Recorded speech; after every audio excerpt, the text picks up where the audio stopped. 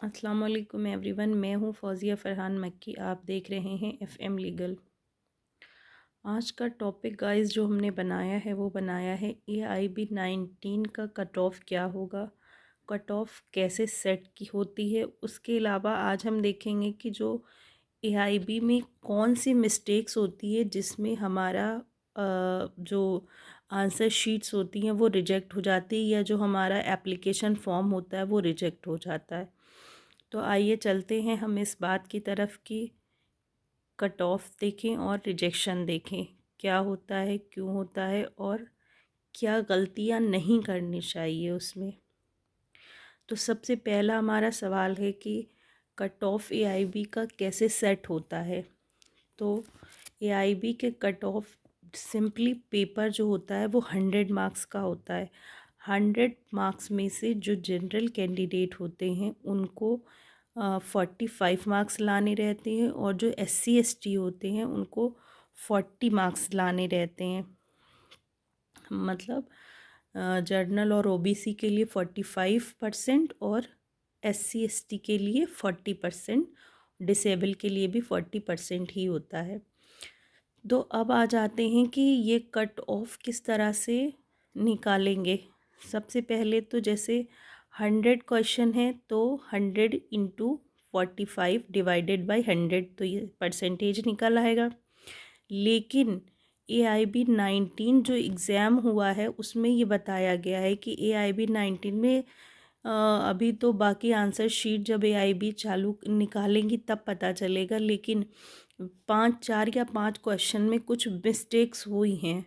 इसी तरह से AIB-18 का जो क्वेश्चन था उसमें 7 या 8 में आंसर बच्चों के सही लगे हुए थे और AIB ने कुछ मिस्टेक्स हो गई थी, तो AIB ने दिल बड़ा करते हुए उसको निकालने के बाद उन्होंने उसको दिया, और उस मार्क्स को उन क्वेश्चंस को हटा के AIB की जो कट ऑफ आई थी वो 92 या 94 समथिंग में से आई थी। 7 या 8 क्वेश्चन गलत थे तो उनको AIB ने एक्सेप्ट कर लिया था कि हाँ ये आंसर हमने गलत दे दिए हैं, बल्कि बच्चों के सही थे।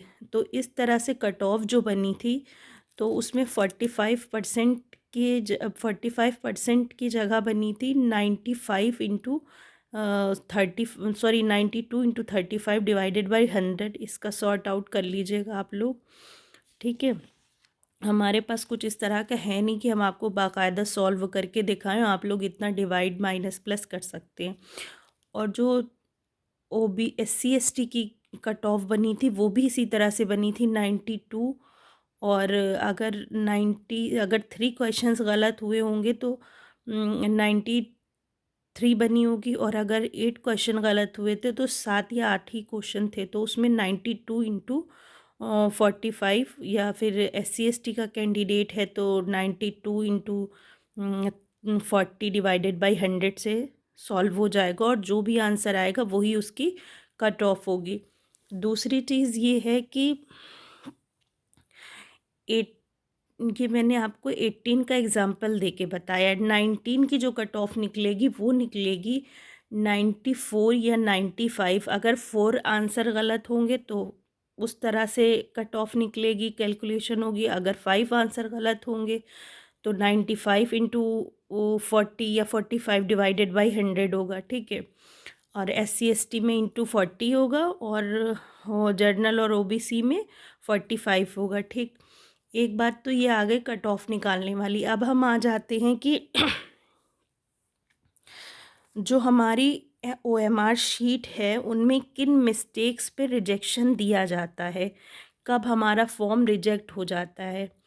तो सबसे पहले तो जैसे हम बात करेंगे, जो भी एग्ज़ाम देने गया होगा उसने अपनी पूरी OMR शीट देख रखी होगी। जब हम OMR शीट में आंसर फिल करते हैं तो आंसर के अंदर एक कार्बन पेपर के साथ एक और शीट लगी होती है। एक शीट होती है पिंक कलर की और वाइट कलर की, एक शीट होती है ग्रीन और ब्लैक कलर की।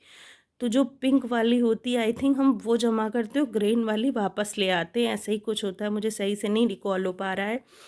तो जो हम कार्बन कॉपी अपने साथ वापस लाते हैं उस कार्बन कॉपी से हम अपने आंसर फाइंड करके अपने नंबर पता कर सकते हैं। तो उससे हमें पता चल, और हम जो भी वहाँ पे आंसर शीट में करके आए हैं वो ही आंसर शीट कार्बन पेपर से कार्बन कॉपी होकर हम अपने साथ वापस लेकर भी आते हैं।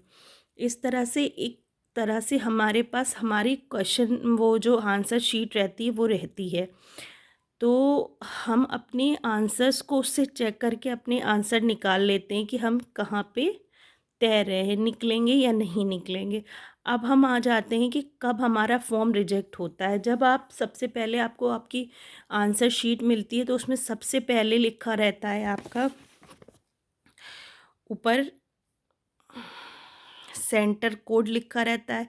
सेंटर कोड के बाद आपका लिखा रहता है एआईबी रोल नंबर, फिर क्वेश्चन का बुकलेट सेट कोड दिया रहता है, फिर लैंग्वेज दी रहती है, फिर बुकलेट नंबर दिया रहता है क्वेश्चन का, उसके बाद शीट नंबर दिया रहता है जिसमें आप आंसर देते हैं, उसके बाद आपके बबल फिलिंग का दिया रहता है, उसके बाद डिक्लेरेशन दिया होता है कि I am XYZ and XYZ की सिग्नेचर। इस तरह से आपका फ्रंट पेज होता है। तो आइए हम सबसे पहले बात करते हैं, अगर आपका सेंटर कोड रॉन्ग होगा तो कोई दिक्कत नहीं है, लेकिन अगर आपका सॉरी हाँ रोल नंबर गलत हुआ तो एक्सेप्ट नहीं होगी आपकी कॉपी। ये एक ब्लेंडर मिस्टेक है। उसके अलावा अगर आपकी क्वेश्चन बुकलेट नंबर या फिर आंसर की जो शीट नंबर होगा वो, ये दो अगर आपने गलत किया होगा तो ये भी रिजेक्शन है। उसके अलावा आपका ब्लू और ब्लैक पेन डॉट अगर आपने यूज़ किया है तो भी आपका रिजेक्ट नहीं होगा। अगर आपने जेल यूज़ किया है तो आपका रिजेक्ट हो जाएगा। उसके अलावा मैंने बताया था कि ओएमआर शीट में अगर गलत हो जाए तो करेक्शन कैसे करना है, क्योंकि एआईबी की ओएमआर शीट में आपको कोई भी माफ़ी नहीं मिलती है।